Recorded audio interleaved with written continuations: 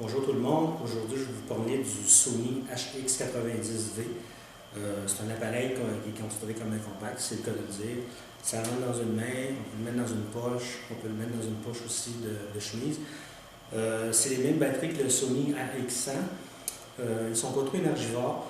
On peut faire à peu près 350 photos par batterie. Le côté qui m'a vraiment impressionné, je dirais qu'en 2015, c'est l'appareil qui m'a le plus impressionné au niveau des compacts. C'est sûr que l'objectif n'est pas lumineux. Il commence à 3.5 puis finit à 5 et puis à 3.5 c'est 24 mm. C'est un 24 720 mm, donc à 24 mm c'est 3.5 et à 720 mm c'est 6.2. C'est pas lumineux, donc c'est pas un appareil qu'on va utiliser nécessairement pour aller faire des photos de show. On va se ramasser à travailler à 3400 ISO, 3200 ISO avec ça, puis ça ne sera pas vraiment bon. C'est pas fait pour ça, c'est vraiment fait pour de la photographie de rue. Ce que j'ai beaucoup aimé de cet appareil-là, c'est l'écran rétractable ici, qui nous donne un peu le plaisir d'un Rolleiflex. L'écran est assez clair aussi, impressionnant. Si je compare avec mon Fuji X100S, c'est plus clair.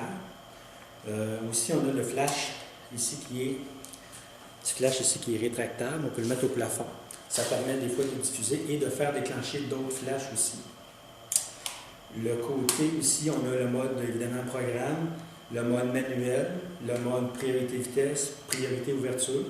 Fait que quelqu'un qui veut utiliser cet appareil-là, qui travaille entre 100 et 400 mm, à 400 ISO, pardon, ça donne la bonne qualité d'image. Et ce qui m'a impressionné, c'est au niveau du viseur.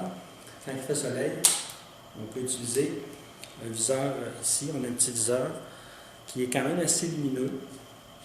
Évidemment, il est plus énergivore au niveau de la batterie, mais c'est intéressant pour la qualité, pour des fois pour faire le focus. Parce que souvent, les petits compacts, souvent les gens sont de même, il y a du soleil, il ne voit rien. Avec ça, on voit bien dans l'écran. L'écran est quasiment aussi défini que mon Fuji X100S. C'est assez impressionnant pour un compact qui se détaille à peu près 450$ quand même. Il est quand même fait assez solide. Le gabarit peut ressembler aussi au Sony RX100, mais la qualité d'image est moins bonne évidemment si on travaille à 1600 ISO, on voit que la limite. Je dirais quasiment à cet appareil-là de ne pas dépasser 400 ISO. Mais pour de la photo à l'extérieur, de la photo de voyage, c'est intéressant. On peut même faire le focus manuel. Ça, je trouve intéressant aussi avec la bague ici. On a une petite bague ici, là, puis on peut faire le focus manuel.